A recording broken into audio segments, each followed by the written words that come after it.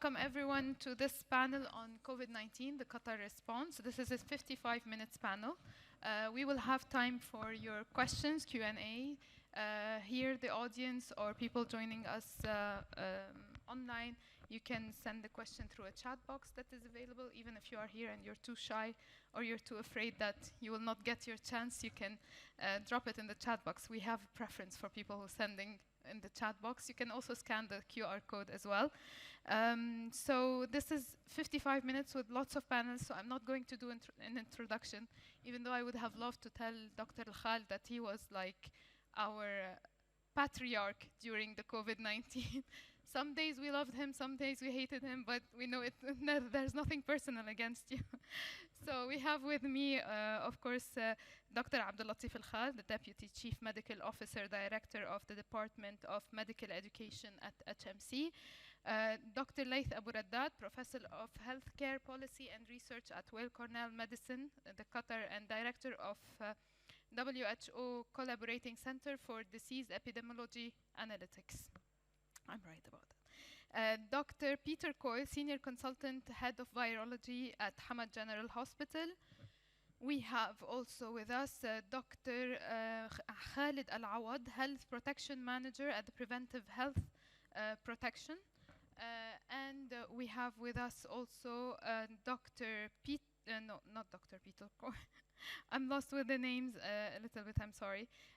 Actually, Dr. Michael Freneau here, and Dr. Peter Cole is there. Dr. Michael Freneau, Director Chief of Scientific Academy and Faculty Affairs, and Dr. Roberto Bertolini, Senior Advisor to the Minister of Public Health. I'm sorry about the mix-up, but you were all with the mask before, because they're very serious, very strict people. So they still wear the mask even if we don't. So I start with you, Dr. Al-Khal. Qatar has established, you were like a role model for a lot of countries around the world. The population, of course, helped you because we are a small number of people. The infrastructure in terms of digital and everything that is computerized helped you. But can you tell us, can you summarize the role of the Committee of the National Health Strategic Command Group that you were part of? Sure, yes, thank you. The National Health Strategic Command Group was, or still is, the core committee in the governance, a bigger governance structure under the Ministry of Health that was created as part of our national response to the pandemic. The committee is at the center of an organizational structure that includes other committees and subcommittees and higher level committees that include primary care, the tertiary healthcare system, the Ministry of Health, and the health academic institution in Qatar, like Qatar University and Weill Cornell and other institutions, as well as the rest of the governmental ministries and governmental entities at a higher level committee. But this committee, our committee, was at the core of this whole structure. The committee members included senior representatives from Ministry of Health, Primary Care, and Hamad Medical Corporation. Typically those members are senior representatives from those institutions. They have access to resources and they are decision makers. The committee started initially in the early days of the pandemic to meet twice weekly, sometimes more frequently. But recently, it's meeting on once weekly, still meeting once weekly. Since the start, I mean, we stop only like for Eid holiday sometimes.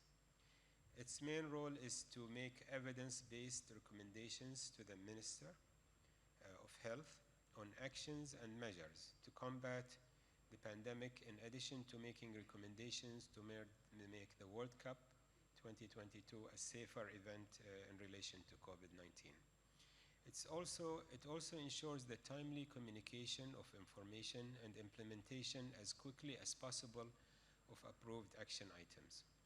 The committee addresses all aspects related to the pandemic, including approving policies to govern the response to the pandemic. The need to impose or lift restrictions actually comes from our committee, whether we quarantine you or isolate you for how long, all those come from our committee. the vaccination program, who should be vaccinated and which groups we start with and so on came through this committee. The public awareness and how to fight misinformation, the leadership on that came from this committee.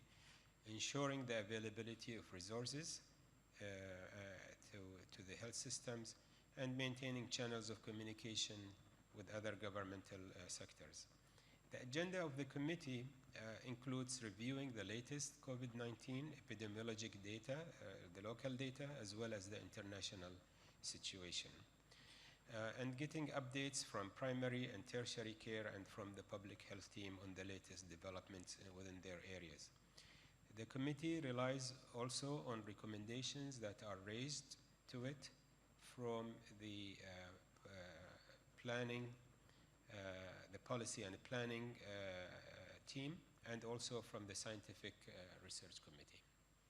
Thank you. Thank you very much. Dr. Roberto Bertolini, you chaired the Qatar Scientific Committee, which collected the scientific evidence accumulated over time and used it as a basis for policy recommendation. Can you tell us how the committee fulfilled this role? Yes, thank you very much for the question. Yes, the scientific committee was created at the very beginning of the epidemic, and I was reviewing the data, and I was surprised to see that our first meeting was actually on March 18, which was a couple of weeks after the first case of COVID-19 was detected in Qatar. So, and we have been working since then with, initially with a weekly meeting, and then, in the recent times more rarely because of the consolidated situation already. It's important that this committee is trying to comprehend all the major institutions in the country, representatives of the major scientific and policy institutions in the country, the Ministry of Public Health, the Hamad Medical Corporation, the Primary Health Care Corporation, colleagues from CIDRA, from Qatar Foundation, from Qatar University, Well Cornell, Biobank, so all the main scientific institutions. And this was also underlined in the panel before us, has been one of the assets of this committee, because the possibility to have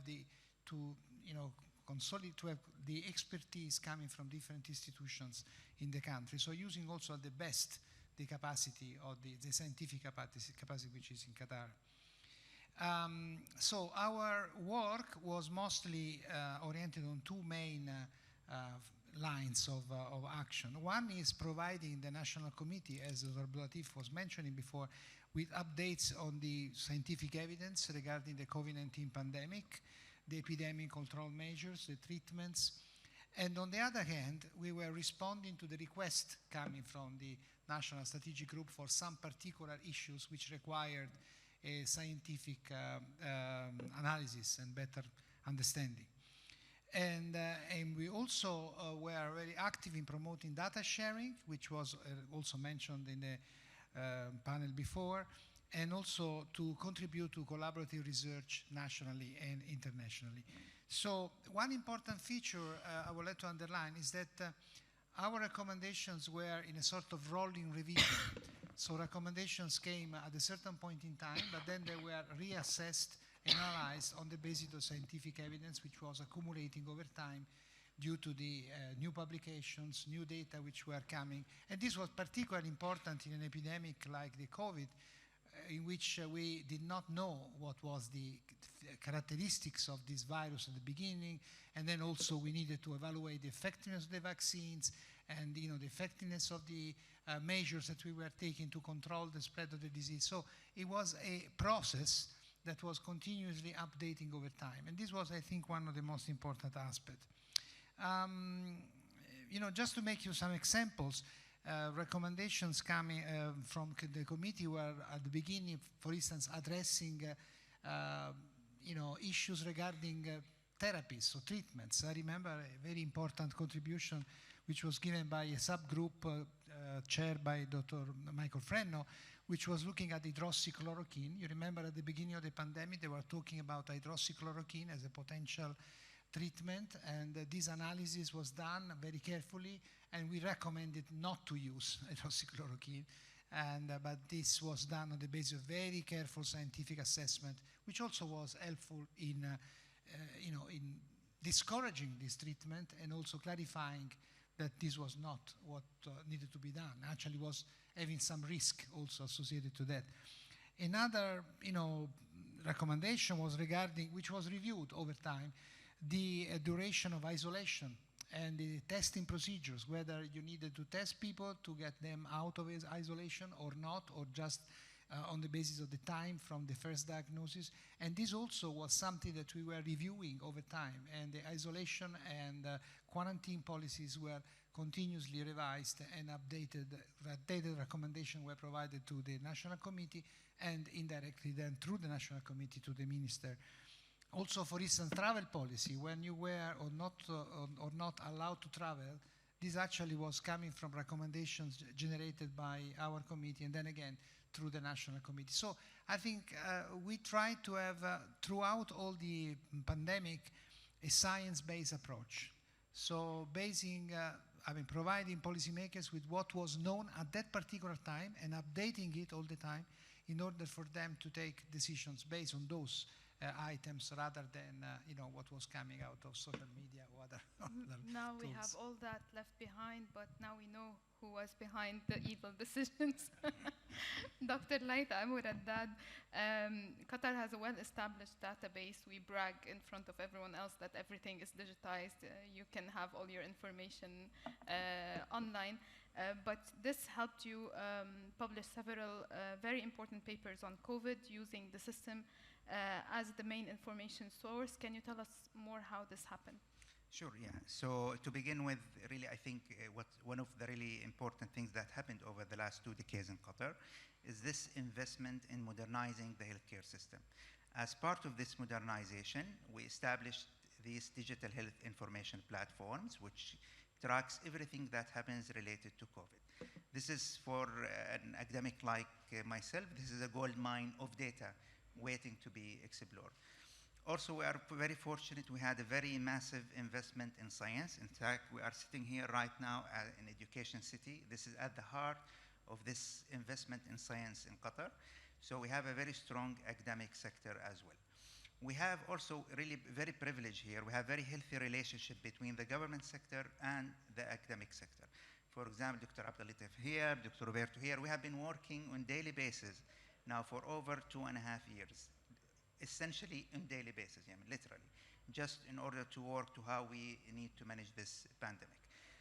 So this all, of course, and through this relationship, we work together in establishing the databases in such a way they are amenable for research. And we introduce things pretty actually unique even globally. Few countries have done, for example, tracking by reason for testing. This is one of the achievements actually we have done. Because of this strong work relationship between government sector and academia.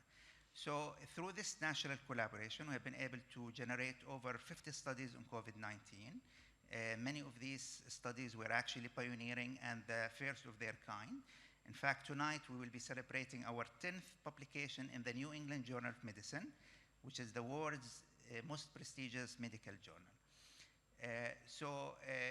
These publications reported many things.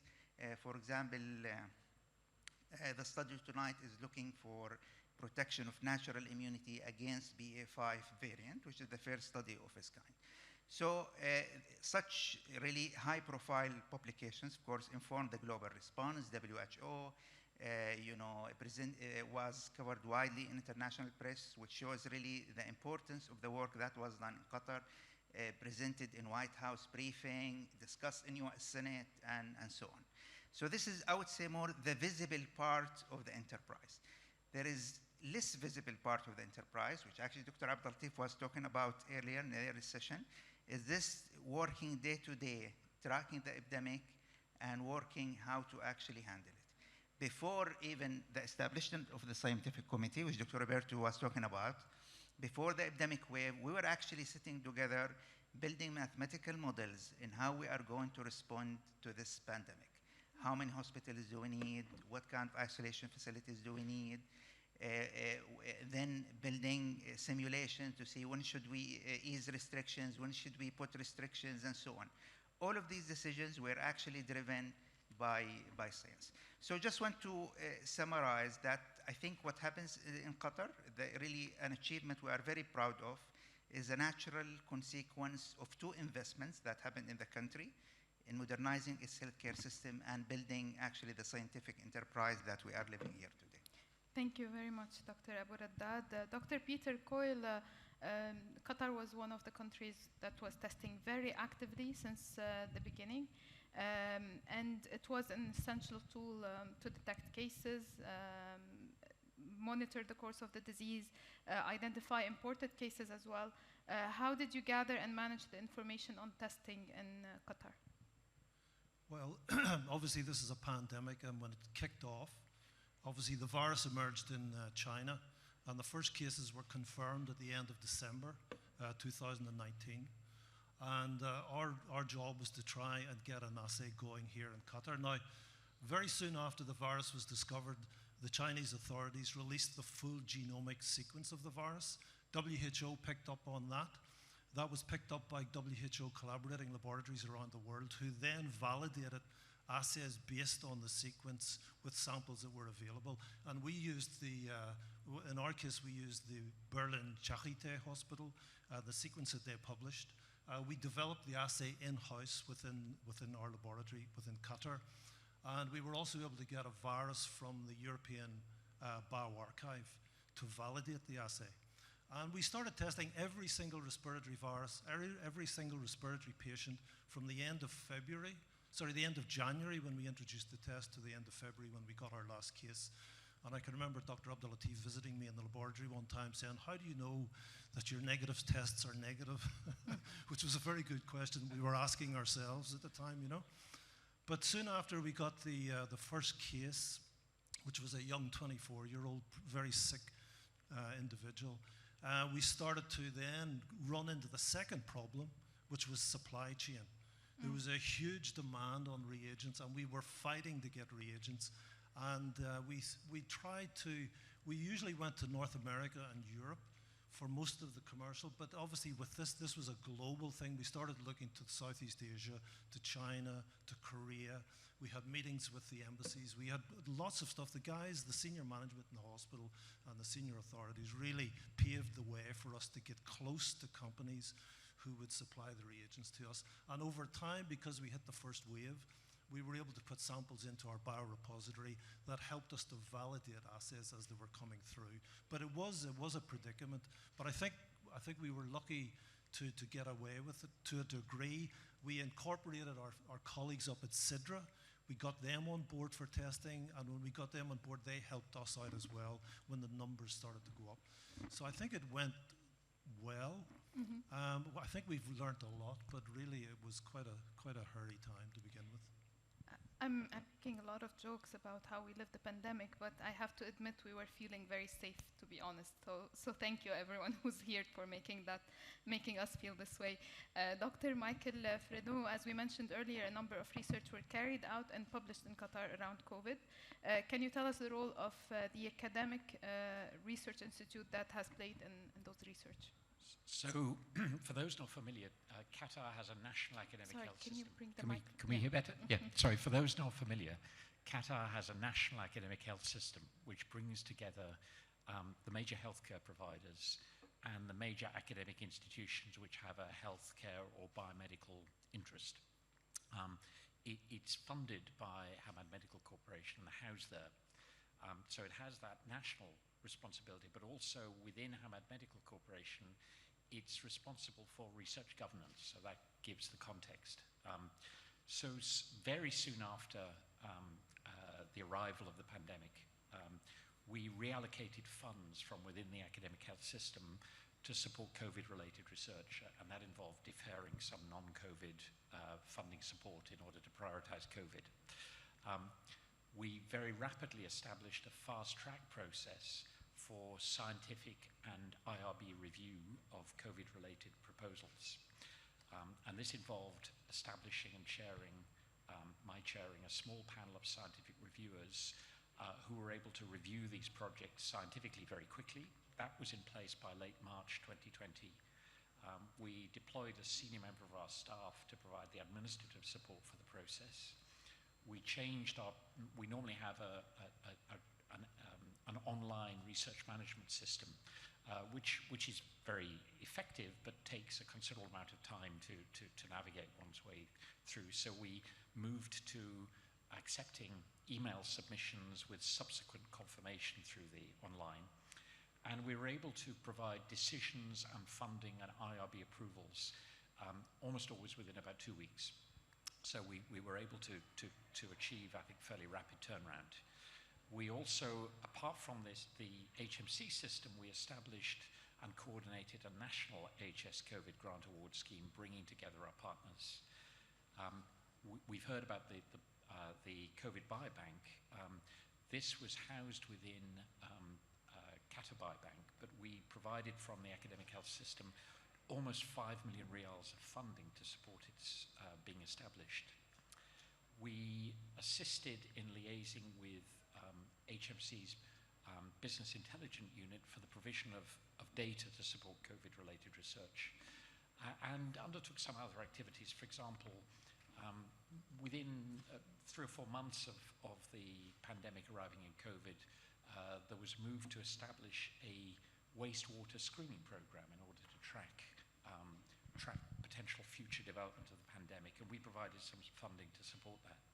So in terms of research, we processed 265 COVID applications through the fast-track system between the end of March 2020 and the 1st of September through this fast-track process. And since then, we've had a similar number of applications with COVID-related research through our standard process. Qatar has punched way above its weight in terms of research in COVID. I did a check, and as of this weekend, there were 1,236 publications in PubMed on COVID from Qatar.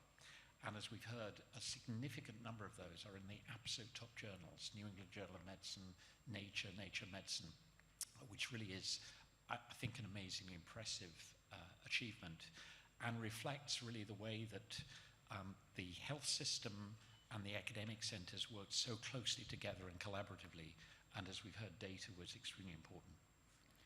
Thank you very much. Dr. Khalid Al-Awad, there was the testing, the diagnosis, the measures, and there was finally the vaccine. You vaccinated almost 95%, I think, of the population. Yeah, yes. So can you tell us how you achieved that? Actually, since the start of the pandemic, we relied only on the public health measures as a control part of it. And since the vaccine have been having the approval, then Qatar started to plan for the mass vaccination program. It was historical, unprecedented mass vaccination program. And it was a very long journey, and each step of the journey there was a challenge that needed to be solved. Whenever you are planning for mass vaccination program, you need to implement 6 A's framework, which is availability, accessibility, acceptability, affordability, and how administrable your program will be. And lastly would be the accountability. And in each step of these, there was a different challenge. In the accessibility point of view, in the start of the pandemic, since the vaccine had been approved, all countries were competing to have the vaccine. So at the beginning of it, there was a very limited vaccine had been provided to the country. And I remember the immunization committee chaired by Dr. Abdul Latif and our managing director, Dr. Miriam, they needed to have a decision who will come first. And they utilized age, morbidity strategy, stratified strategy, and they choose that people 70 years and above should come first, and then 60 years and above, and then 50 years and above, etc., etc. In the same time, also, they advised to provide the vaccine to most highly at risk, the most comorbid in our community. So this was the first challenge. And since the vaccine started to be supplied more and more, then the race start between infection and injection. Who will win first, and how can we control this pandemic? And from that time, we are still in this race. I think we are competing. As right now, alhamdulillah, we have less hospitalization, and our death, our mortality is less. And there was multiple administrable challenges, and this about resource management, capacity of staff, training of staff, how can you provide your staff. And if everyone remember that we used Qatar Convention Center as a mass vaccination unit. And the one challenge was the first, how can you convert a conference hall to a vaccination unit? And getting more staff, temporary staff, and how you train these temporary staff, and how can make it that place is safe, that you can have a cardiac arrest, you can have an anaphylactic shock that can happen in that vaccination unit. So there was a lot of work going behind, and how can you manage your staff, crowd management, since the vaccine have been related to travel, people are coming up to get their vaccines. So this was again challenge about how can we control this crowd in the same way to implement these public health measures, making sure that everybody is safe. These centers not to be a source of spread of the infection. So there was different challenges all the time, and then the accessibility of the community for the vaccine, and management of the misinformation. Around the journey, there was a lot of misinformation that have been spread. So how can you manage this misinformation and make sure that people will rely on your evidence-based and research that have been implemented, and how they will still coming and getting the vaccine? And of course, for affordability, everybody can receive the vaccine for free. And this is actually, again, I think this is a very important aspect. So dealing with this misinformation, making sure that your program is running well, making sure that your health centers also, that the service in the health center also will not be disrupted, because we started with QNCC, and then QNCC and the health center started to give the vaccine continuously. In the health center, we have another preventive services like Well Baby Clinic, antenatal care, curative care that we are providing for our community. So how can you still run all the services together and make sure that you will have a high vaccine coverage among community? So it was different challenges, but as Dr. Peter just mentioned, with political support, with higher management decisions, quick decisions, people are meeting all the day, day and night are working. So there was always solution for these challenges. There were always solutions for these challenges. Thank you very much. Dr. Al-Khal, how did you assess the situation, and how did you build the response, the Qatar response for COVID-19? It was very important to have access to data every day, every hour, whether it's day or night, and there were many people working behind the screen to make sure that this data is available to us to help us come up with decisions. So we relied on real-time data, or almost real-time data, that's provided through our COVID-19 data infrastructure. This data is analyzed and interpreted and presented in a visual way to us in the form of tables, charts, and dashboards. And it's shared with our committee, but also shared with other decision makers in the system, for example, the minister. The data is reviewed, reviewed by our committee to help make decisions, include things like some key indicators like the positivity rates, like how many people who come with fever and cough test positive for COVID. And this percentage changes depending on whether we are in a wave or not. At some point it was like 30–40% of people with symptoms could be testing positive. Other indicators include positivity rates in the community in general, positivity rates among returning travelers or travelers coming from different countries, and that helped us decide which countries should be on the red list of countries, or the green list, or the amber list. We looked at hospital admissions, ICU admissions, bed occupancy rates. We were worried that we would run out of acute beds, and then we have no place for our very sick patients. Fortunately, this did not happen, because we anticipated those peaks, and we were well prepared with beds and manpower to man those beds.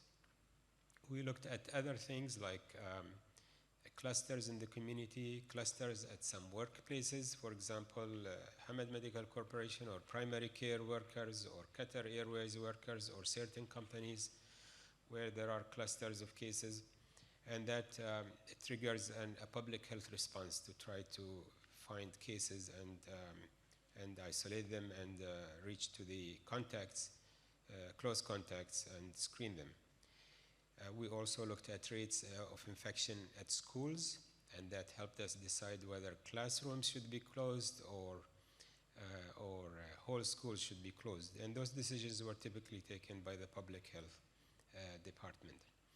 We also looked at COVID vaccine uptake, and when we see a slowdown with the uptake of the COVID vaccine, then we work on the media aspect to try to remind people, encourage them, and try to fight misinformation about the vaccine to encourage more uptake of the vaccine. The committee also regularly looked at what was mentioned earlier, which is projection models. We went through several waves.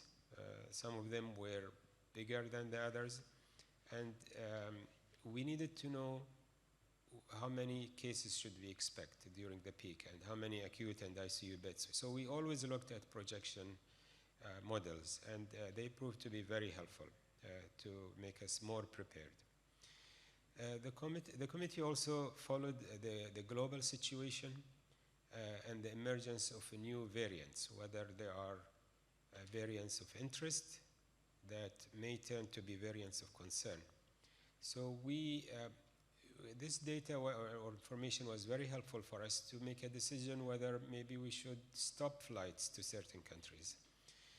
We know that we cannot completely block any new variant from entering the country, but we can slow it down, for example, with the Delta variant. And that helped us be more ready by the time that the virus reached the country.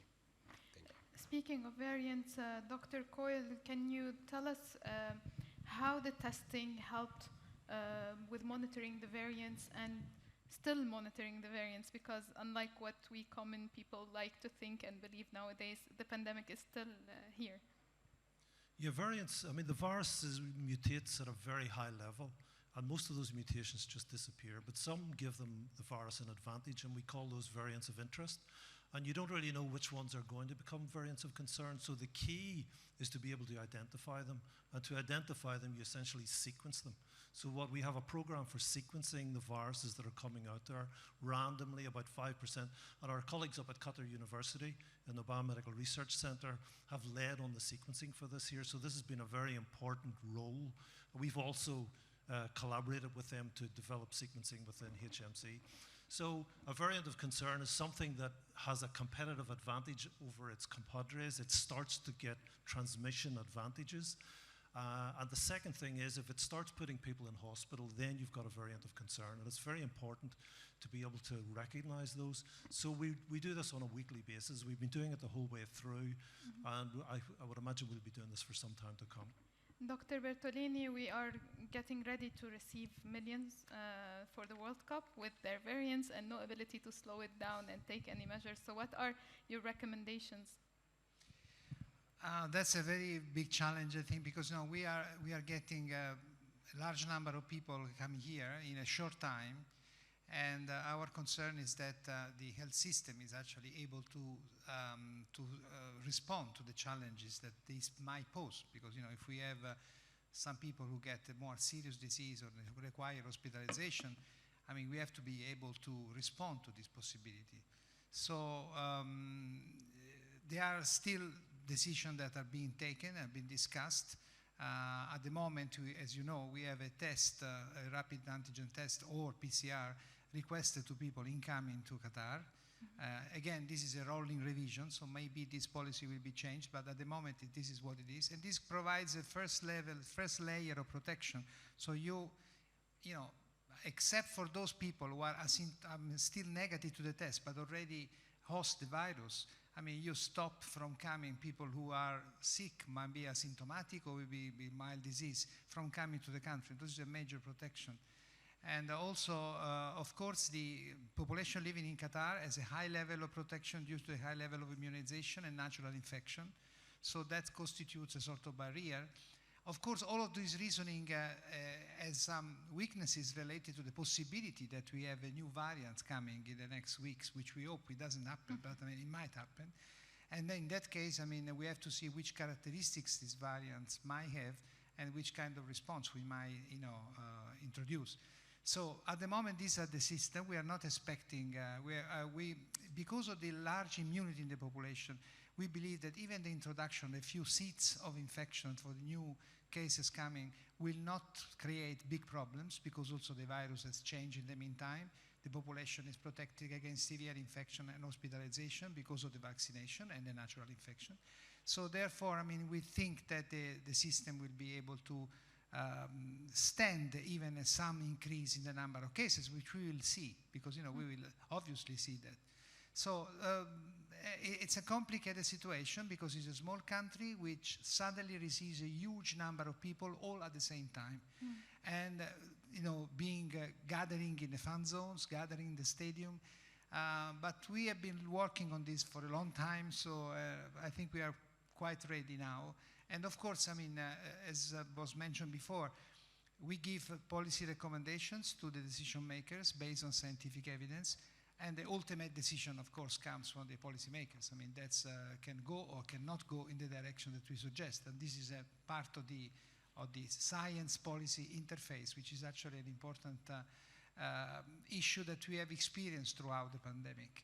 Throughout the pandemic, we have very much clarified that we were providing scientific recommendation. The committee chaired by Dr. Abdulatif provided recommendation based on some consideration of policy and operational consideration plus the scientific evidence.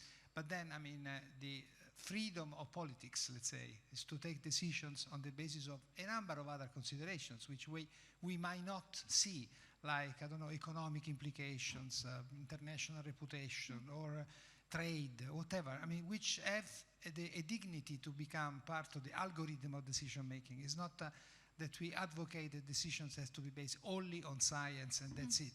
They have to be considering science as the basis, but then, I mean, other variables can enter into the algorithm.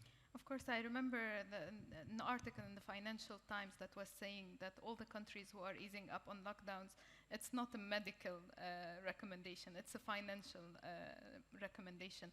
Dr. Al-Khal, before I go on with how much Qatar is ready for the pandemic with the World Cup, can you tell me how were your recommendations conveyed to higher authorities and implemented from the beginning of the pandemic up to the recommendations now on how to receive all the guests coming for the World Cup? Yes, sure. So the governance system that we had in place and still have in our response to COVID is a very robust one. It helps us make decisions and recommendations very quickly and raise them very quickly and get them approved in a timely manner. And then we work quickly on their implementation. So recommendations are typically made in our committee, and most of those recommendations touch all of your lives and touch our own lives. We make them based on very detailed, intensive discussions, and based on the science, the data, and sometimes when there is no clear science or data to support it, we just vote and see how many people would support this decision and how many would not. The committee also takes into consideration recommendations, as I mentioned earlier, that comes from the scientific research group and from the planning and performance group. We also make recommendations to the minister to try to solve issues raised by the healthcare system, like Hamad Medical Corporation or primary care. If they have challenges with resources or manpower, then we try to help with that and try to get quick access through the minister from the government to resolve resource issues. Recommendations related to imposing or lifting restrictions. For example, if we should ban travel or stop travel from certain countries, or increase or decrease the isolation time or the quarantine time, is also raised to the minister, and then the minister may decide to raise it to the government to come up with a decision. And you saw, in the past and until recently, that the cabinet came up with decisions, to either impose restrictions or lift restrictions, and this is where those came from. The whole time, the committee maintained very effective channels of communication, both within the health sector and with the rest of the government sector. I wish to emphasize that this committee and the robust governance structure that we had played a very important role in mitigating the impact of the pandemic on the country. And it saved many people from either illness or severe illness or even deaths.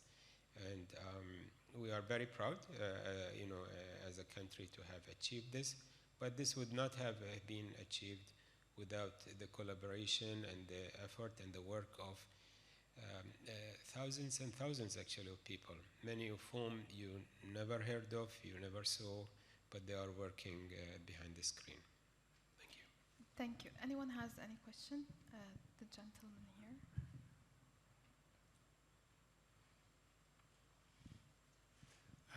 Thank you for having us here, and thank you for this informative talk. And we can only appreciate and understand how blessed we are to be in Qatar, where evidence-based interventions and scientific rationale is used to handle COVID-19. And when you compare it to other GCC countries, we can see how lucky we are to be here. Dr. Abdul Latif and Dr. Awad spoke about evidence-based and scientific interventions. And I can only think of the negative role anti-vaxxers and conspiracy theorists played during this time. And I'm curious to know how you guys handled it. I mean, what measures were taken. And I'm also curious to know if this affected the mental health of nurses and physicians in the field. Thank you. To whom do you address the question? To Dr. Abdul Latif and Dr. Awad. Okay, thank you. Yeah, thank you. Thank you for raising this question. It's a major challenge facing the whole world.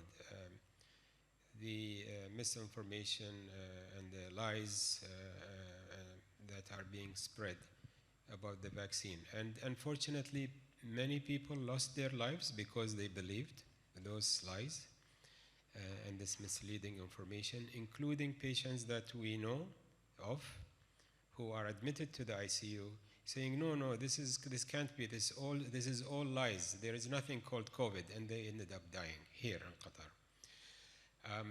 And this hampered our, as a country and as Ministry of Health, hampered our vaccination program and actually made it very difficult for us.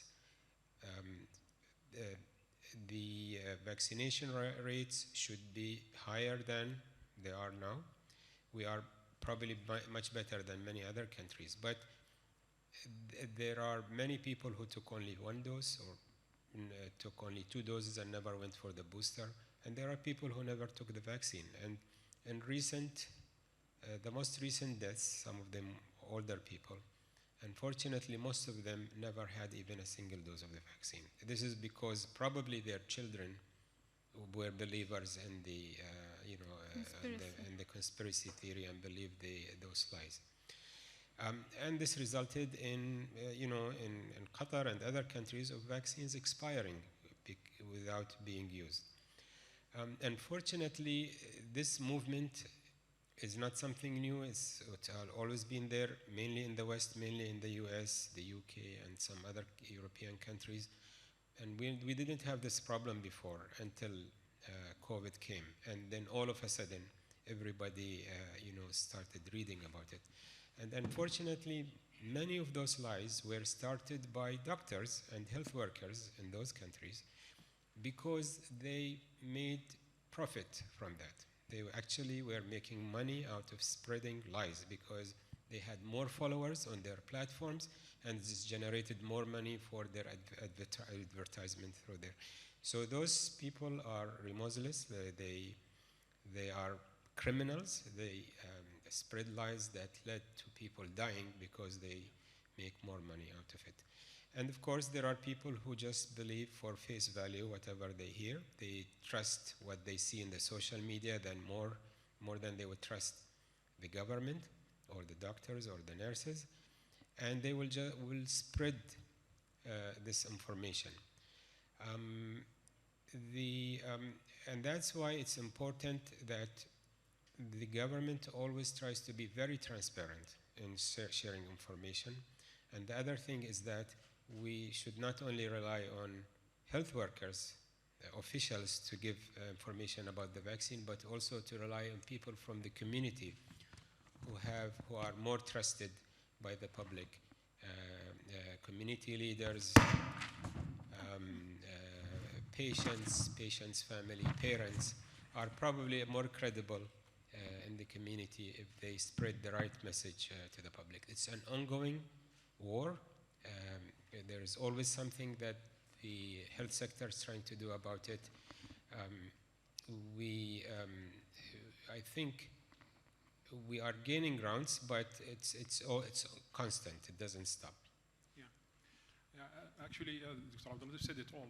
I think vaccine hesitancy have been identified by World Health Organization in 2019 as one of the big public health threat for humanity. So it's a barrier really, when you need to fight vaccine hesitancy, as Dr. Abdul said, transparency is number one. Number two, you have to have a very good surveillance system for adverse reaction from immunization. You have to investigate any case that have any adverse reaction after the vaccine. Investigate it well and see if there is any connection between the adverse side effects and the vaccine when administered. I think this is important because this will keep the integrity of your vaccination program. You need to keep your vaccination program in an integral way, transparent, tell people, and also most importantly, as Dr. Abdul was saying, some of the healthcare workers played a role in this vaccine hesitancy. So you need to rely on your official, Ministry of Public Health, WHO, trustable authorities that can give you really a trustable wording about the current status of the vaccine, efficacy of the vaccine. In the start, we used to think that vaccine can prevent infection, and we used to promote that. And with the Omicron, the new vaccine is coming, and like that, we're understanding more. And we know right now that there is big people right now saying that, yeah, we receive the vaccine, but still I get the infection. Now we understand more that the vaccine will not prevent you from the infection, but definitely it's 90 to 95% to prevent you from hospitalization and die. And this is the main thing. With the vaccine, we managed to control the situation. Our health system, the burden of the health system is eased. We managed to see the whole process is going right. So keeping this information all the time there for community, let them know about it. This is very, very important. And thank you. Dr. Bertolini, you had a final word because we're running out of time. I just wanted to say that one issue is also the scientific information and used to get scientific data from the public. I mean, I think we have a big problem throughout the world of the lack of scientific education. So people don't really understand what we are talking about. So what remains is the trust on the single individual, maybe in some cases, the government in other cases, and then these social media which have such a big role in spreading whatever in circles which think the same altogether. So they, and I think this is an issue that of grave, very serious importance for the future, for many things. It started with climate change, but I mean, it continued with other things. And I think we need a major movement, initiatives also to increase scientific education in the schools. We need the media on our side, consistently on our side. I mean, when even giving space to these people to express their theories. I mean, sometimes they have, a nice way of presenting things. I mean, people believe them. So I think we have to have a global alliance, if you wish, of all the different stakeholders to increase scientific education and to contrast these things, which are really making people die. That's as Dr. Abdul Latif is saying. That's the consequence. I do believe that. We run out of time and we have to wrap up. I'm very sorry, but this is what WISH is for, so we can continue the conversation even when the panel is over. I have to say that I lost my grandmother this summer to COVID complications. She had the 2 doses. She didn't get the third because she couldn't just, she was too ill to go to get the 3rd dose. My grandfather had 3 doses. It went very smooth to him. We are big believers in the family in vaccines, but the lady who was caring for her faked her vaccine. So we lost her. So I think we all have to fight by signaling, reporting all these fake people. We have people with the medical cloth now. Yeah, they go and they have videos with 1 million views and they pretend to be doctors. And then when you ask them for their certificates, they don't have. You go to the college, they pretend they are from. You realize that they never finished medical school, or maybe they just went for 1 year. So we do have a duty, collective duty, to report. Don't share, please. Don't share to say this is a fake. Name the person, report him, but when you share, you are giving him credit by the algorithm, because the algorithm is not as intelligent as they think and they tell us it is. Thank you very much, Dr. Roberto Bertolini, Dr. Peter Coyle, Dr. Khaled Al-Awad, Dr. Michael Freno, and sorry for being emotional, and Dr. Laith Abu Raddad, and of course Dr. Abdul Latif Al-Khal. Thank you very much, and thank you very much for your efforts. Thank you.